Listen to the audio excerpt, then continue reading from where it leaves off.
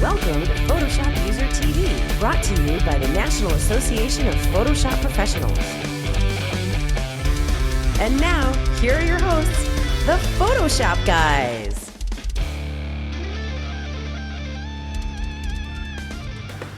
Welcome back, everybody, to another episode of Photography Tips and Tricks. No, it's not. I'm just kidding. It's PhotoshopUser TV. Chances are you guys haven't seen me a little bit. I'm so excited to be here. I haven't done a show with you yet. I know, where you been? Anyway, my name is RC, one of the Photoshop guys, and I'm here with Jessica. I'm actually very excited about this. I think it's so cool. Like, I get a chance to be able to do anything. Anyway, sorry. We're brought to you by PhotoshopUser magazine. So, oh, nice, not bad. Lights, camera, Photoshop. Good. I like very good. How's it going so far? Good, so Doing far all so right? good. Doing okay? Boys treating you well? They are. Good.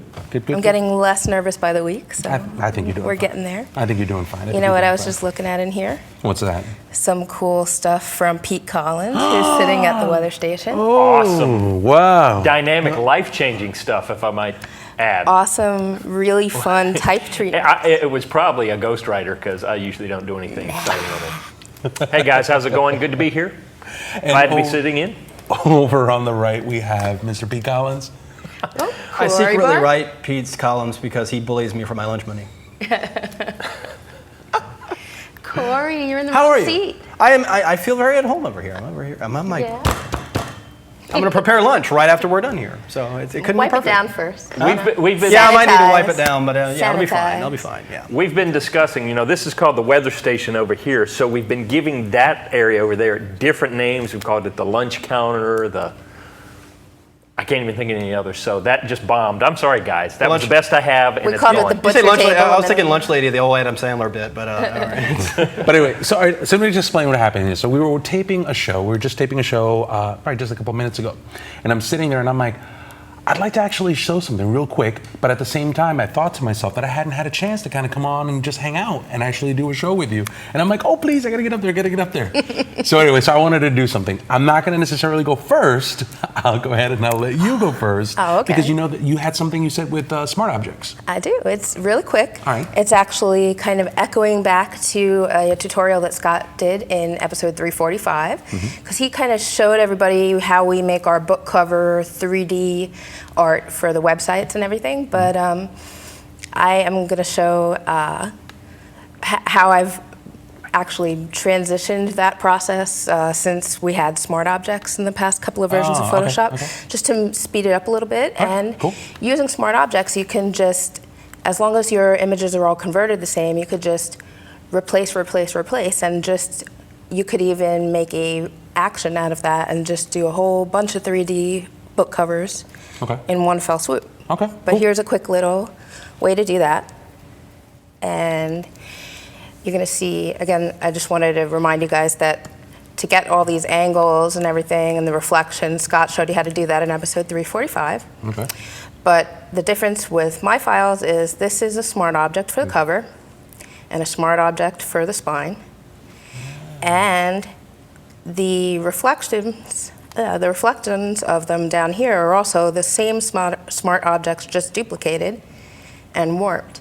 So if we go to our cover and right-click on it and choose Replace Contents, if I go ahead and choose one that's the same size, like say the new cover for part 2 of the digital photography book, which is going to press this week. Is that a little bit of a sneak there? Little sneak peek of something I'm sending out this week. Clever. Nice. Jessica, you are pretty sneaky. I'm noticing a I'm learning trend. from you, Pete. You work in all the cool plugs. I have to learn. I like that. But you see what happened here?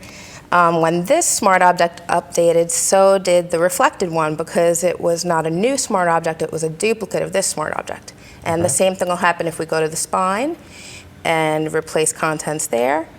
Choose the spine for part 2. And pow, that's part 2 again. And what I've done is I've made one template for all the 6x9 books and a different template for the 8x10 books, because if you try and replace the 6x9 with something that's 8x10, you're going to have to resize it and that kind of defeats the whole purpose. Right, right. But that's just a quick little trick. So now, when you're working with it, so Yep. you can take the smart object and you can manipulate it, like you can Yep. change opacity, you can change. I mean, if I and that's what this is right here, right? Yep, absolutely. This actually has a layer mask. Okay. So you have a layer mask applied to it. Kind of creating the Basically, the shadow effect lightness that you have there. of this. But yeah, anything you do to this will not affect the contents since it's a smart object. Okay, and see, and that was the thing that I had thought of before. Like when I was looking at the book, I'm sitting there and I'm like, well, do you have to take that one copy, and then once you take that copy, do you have to duplicate it? And is this a Photoshop effect? Like, would this be rasterized, or is it a smart object? No. But it being a smart object makes it a lot easier because then you just replace it one time, That's right. and all of the other ones actually work. That's right. Pretty smart. So Jessica, I'm sorry, for file preparation, do you just have, you create the one and then you make sure every other cover that you're making Yep. is Here, I'll that pop exact them same open. size? I just have flat versions of my images, of my front covers, and flat versions of my spine. I export them right from InDesign. Okay. Or you could export them any way you want, have it as a JPEG or PNG or anything, and as long as all your source files are the same, when you replace them in Photoshop from your smart object, they'll just pop right into place. Yes. If they're different sizes, or if it's just a tiny bit off, since it's a smart object, you just go ahead and free transform and pop it back where you need it to be.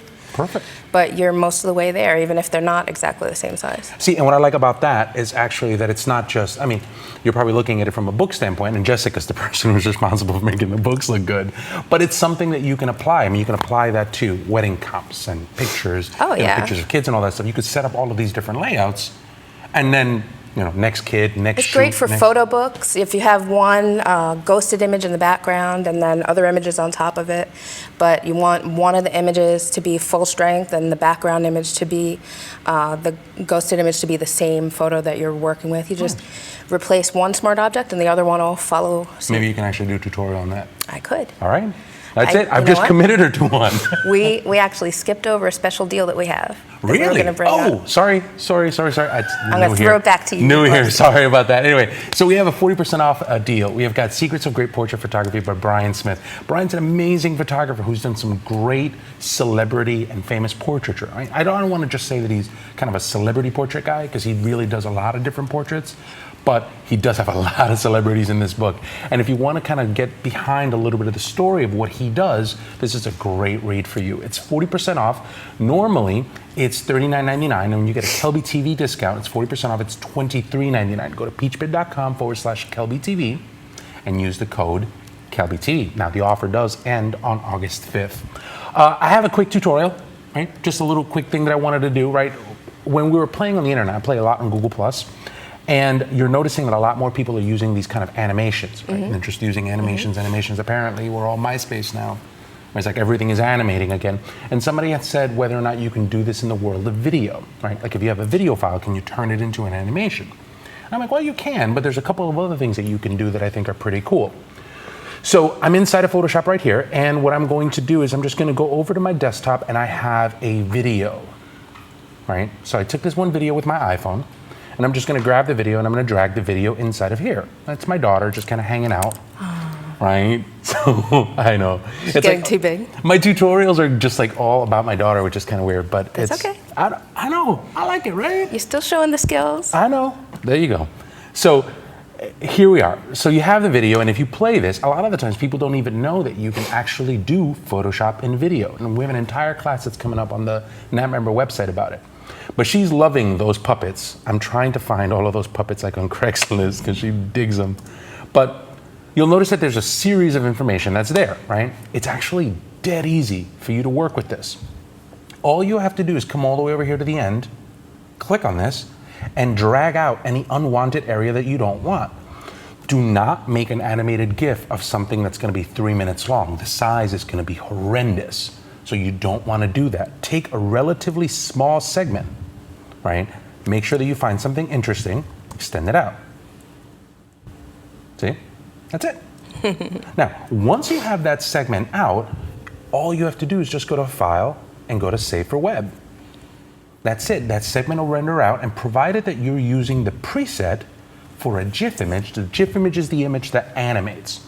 Over time, it'll render this information out, and then you'll see this animation. Now, you'll see right here, it's a little too big, so I'm going to zoom this out a little bit, and you'll notice that if I hit play here, there's my animation. It's a relatively small animation, and you can control whether or not it loops one time or more than one time or a specific amount. A lot of the times people take the GIFs and they just animate them forever. So now, while it's running, that's pretty much what it's going to look like.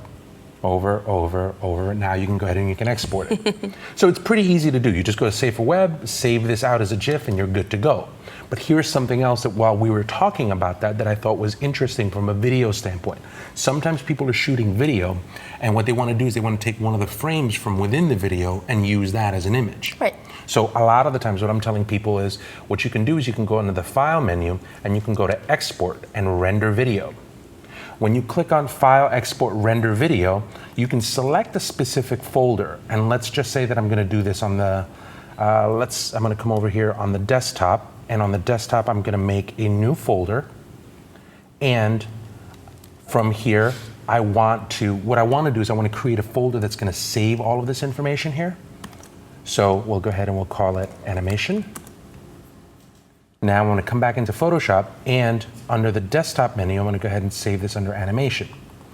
I'm not going to save this as an Adobe Media Encoder or a format of H.264. What I'll do is I'll save this as a Photoshop image sequence.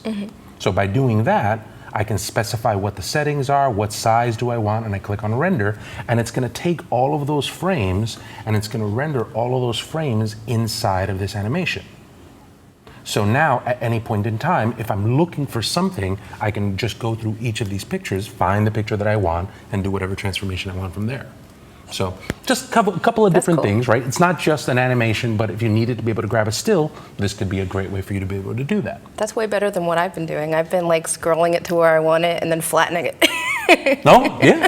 That's actually another way. Hey, all right, so let's just talk about that, right? Triple No, but tip. this way you get to get exactly the right frame. I'm kind of like, no, not Oh, so you go right yeah. there. As soon as you go right there, you just go to Layer and then just go to Flatten Image? That's good, yeah. And then it says, What? do you want to get rid of the animation? Another way you can do that is How's that? once you get the playhead to the frame you want, just do a Select All, and then Command J it to a new layer. It brings the frame to a new layer, not the whole video clip. Look at that. 3 different ways for you to be able Or to do if this. you get to the frame that you like, you could then sketch out the picture over it in a new layer. That's how I would do it. Right. Well, you have that Cintiq. Speaking of computers, RC, I know people are going to be saying, "What are you playing with over there, RC?" Oh, this is a Razer. It's a Razer Blade Pro. It's a Windows 8 machine. Those things. I know, right? It's pretty cool. Anyway, it's a. I've been doing a lot of work with. There's like all these wacky buttons here. I've never seen It's them. an actual screen. There's It a little actually has screens in buttons, there with the buttons on it. and you can actually configure it to be able to do actions inside of Photoshop and doing stuff like that. A lot of the times, I spend a lot of time playing on the Intel side of it, on the PC side of things, and I've been doing a lot of work with Intel on Core i7 stuff. Basically, their new processor, heavy lifting, low battery consumption, that kind of stuff.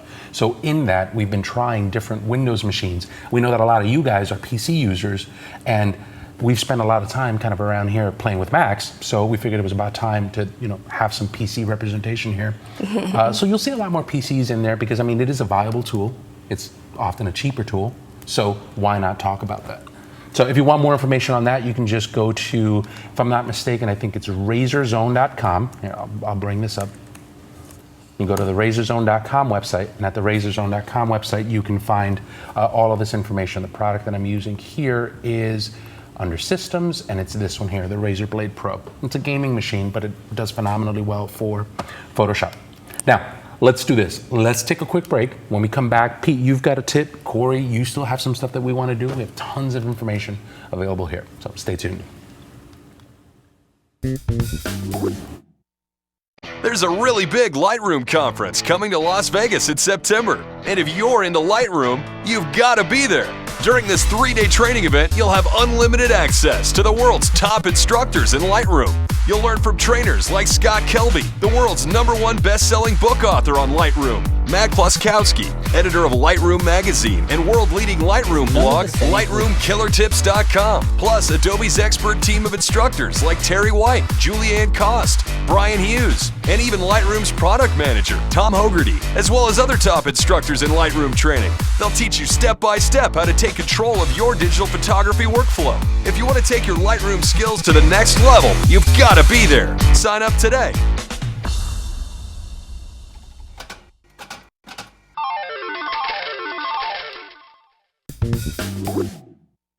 Welcome back, everybody, to PhotoshopUser TV. Our senior, Jessica, we've got Corey and Pete. But now we have Mr. Pete Collins. Pete, you've got a tutorial for us on hand, don't you? Yes, I do. Well, it's not on hands, it's on shadows, but yeah. If you watch the last, I know, thank you, I'll be here all week. If you watch the last episode, I talked some about shadow interaction, and I want to follow that up with some more ideas on shadows for you because they're so important when you're working on images. And the first one that a lot of people get caught in is not understanding the direct correlation between the distance from the light source and what the shadow looks like.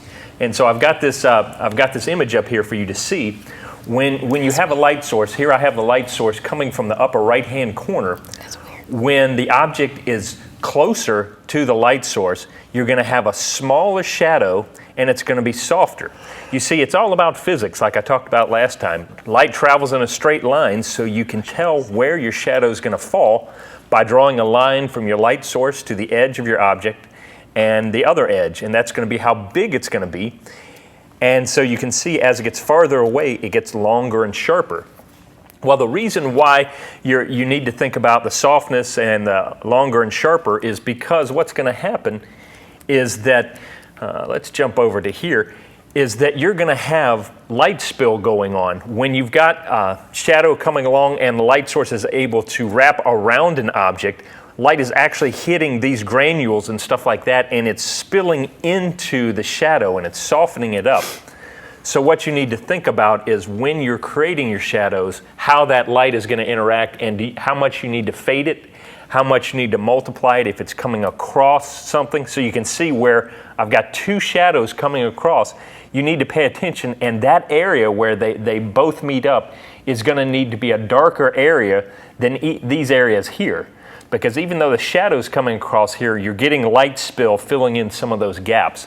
And a lot of people don't think about that, and they just apply one simple shadow right across there, and it just kind of bumps into the other one, and it just keeps going with no effect and no change. And that makes it look a lot more like it's been done in Photoshop, and we don't want to see it because it's not going to look right.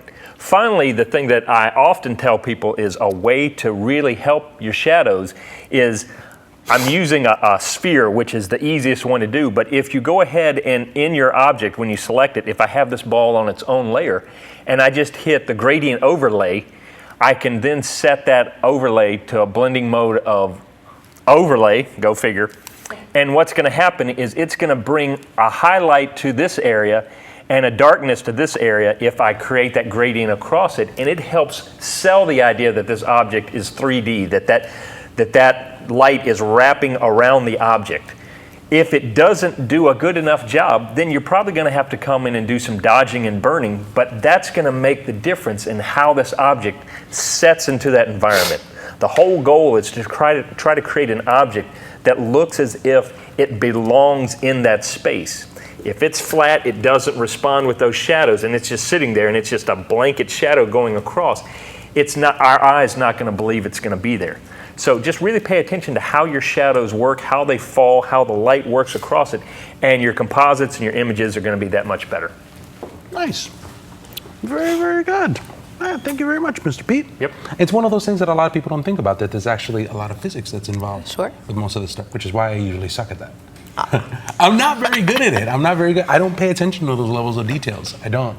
I'm like big picture guy. That's it. I miss physics class. So.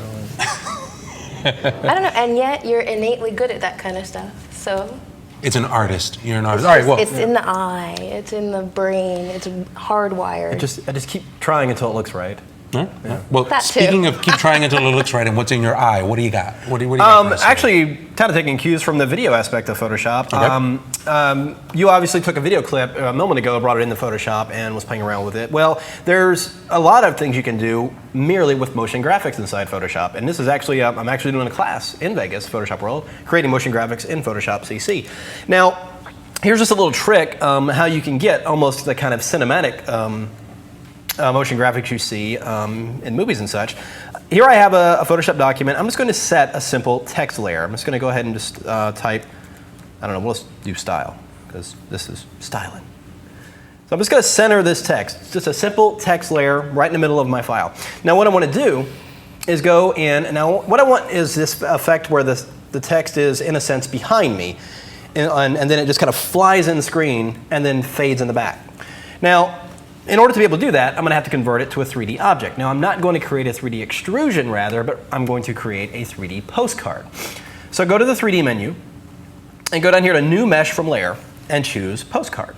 Now, all this merely does is puts that flat two-dimensional text in a 3D space. It doesn't make any volume out of it.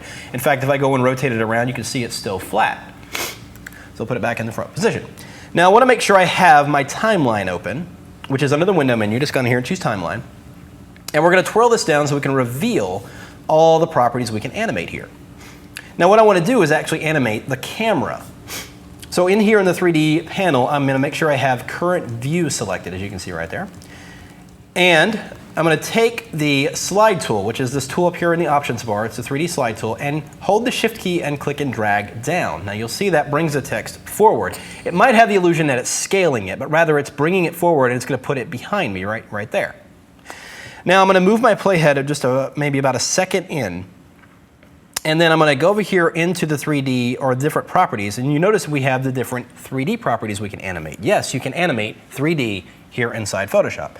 So I'm going to go ahead and make a keyframe for 3D camera position, because that's what we did. We just moved the camera. And you can see it placed a keyframe right there. I'm going to move this over just a little bit because I really want this to zoom in really fast.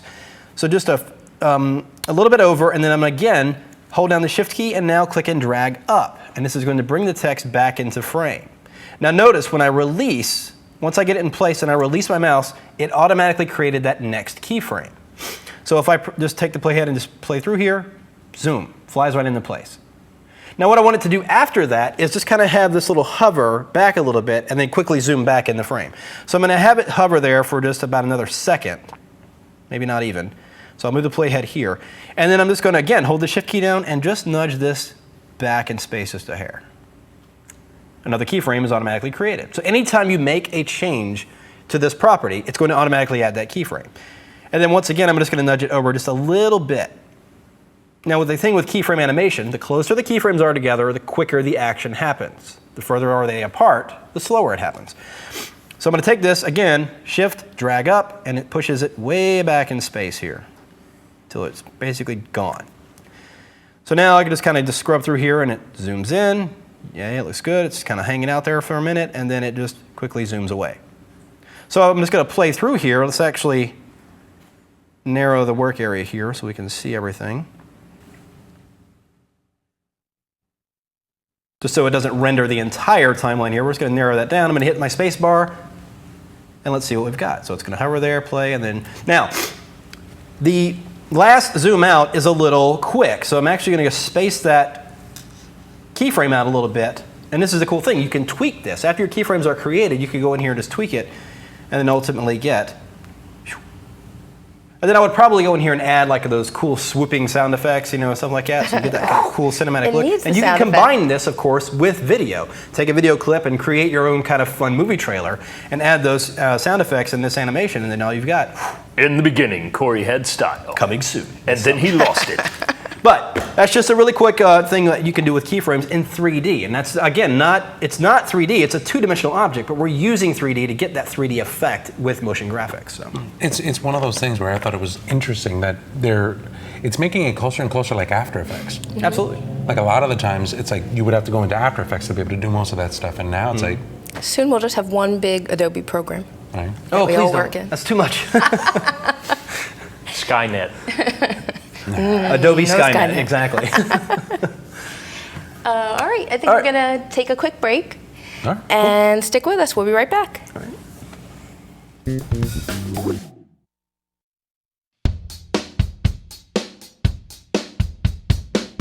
Whether you love to read ebooks on your iPad, consider your Kindle your best friend, or addicted to your Nook, Peachpit ebooks are for you. When you purchase your ebooks from Peachpit, you get 3 formats. That means you can easily read them on any device of your choice. Or if you're in the mood to read on your computer, we supply you with the PDF. Head on over to Peachpit today to get an ebook for 40% off. Welcome back, everybody, to Photoshop User TV. RC here with Jessica, Mr. Corey Barker, and Pete Collins. It's contest time, though. Yep. Right? They've got to win something. I Now, have our prize. There's our prize. So what's our prize? Designing Together by Dan M. Brown, the Collaboration and Conflict Management Handbook for Creative Professionals. How many fights do you get into with clients? I breathe deep. Actually, since I'm here, Scott's my client, and I know what he wants.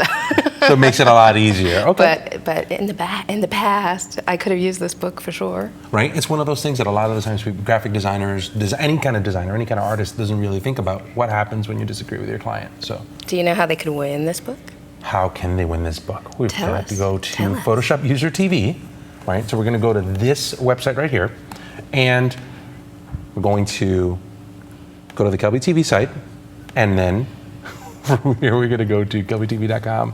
Are we going to the contest site? Slash Slash contest. contest. All right, fine. We're going to go to the contest We're site. sorry, RC. I know. I'm sorry. I'm sorry. Sorry, I messed it He's up. so good looking, like so 2 episodes talented. ago. Okay. That's enough. That's enough. Jessica, what do I do? Select Photoshop User TV Okay. on Thank the you. contest page. Thank you. Leave us a contest. Okay. leave. And you will be entered I put in to my win. name, I put in my email, put in my website, Yeah. put in a comment, Yep. and our producers are going to pick a random person. A random person. It's like the card in the fishbowl, as we say around here. Perfect. And they're going to win this book. Now, guys, before you go, I have to make sure that we point this out. We've talked a little bit about it. I think Corey mentioned it. I think you mentioned it a little bit. PhotoshopWorld.com. Go to PhotoshopWorld.com. September 4th through the 6th, 2013 in Las Vegas. I'm going to be there. You're going to be there. Corey's going to be there. Some of the world's best photography and Photoshop instructors are going to be there teaching some stuff. So it's a great conference where everybody can get together and learn. Lots of learning, lots of fun. And that's the thing that we did. Like we're talking about a webcast. I think by the time you guys see this, it's probably gone. But it's fun. It is fun. It's a fun time, guys. We like hanging out with you guys. Come hang out with us. Come hang out with us. But anyway. And if you're watching this before August 2nd, you can still get the early bird special and save $100 Oh, there you go. on registration for Photoshop World. Who doesn't like saving $100 right That's here? right. Early You bird. can spend it in the casinos. Or not. I'm not telling anybody that. That's usually what I do. I don't know. Just no casinos. Who does that? We're not there to gamble, okay? Don't get him in trouble. Just No, actually, I hate gambling. I have like my $20. I'd rather go I don't know, Yeah, go somewhere else. do something other else. than Go see a gambling. show. So, all right, but listen, let's just go ahead and wrap this up. Thank you. I was sitting there and I was like, I wanted to get out there and I wanted to get out and actually do something with you. Forgive the RC's stumbles. back.